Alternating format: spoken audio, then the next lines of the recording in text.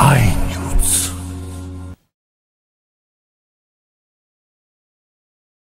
बागलाण तालुक्यातील केळझर धरण भरल्याने शेतकऱ्यांसह पर्यटकांनी आनंद व्यक्त केला।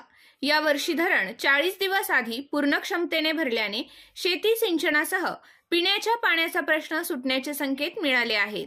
मागील वर्षाचा पाणीसाठा या धरणामध्ये 25 ते 27% शिल्लक असल्याने व यावर्षी मे महिन्यापासून पावसाची संततधार असल्याने धरण लवकर भरले आहे।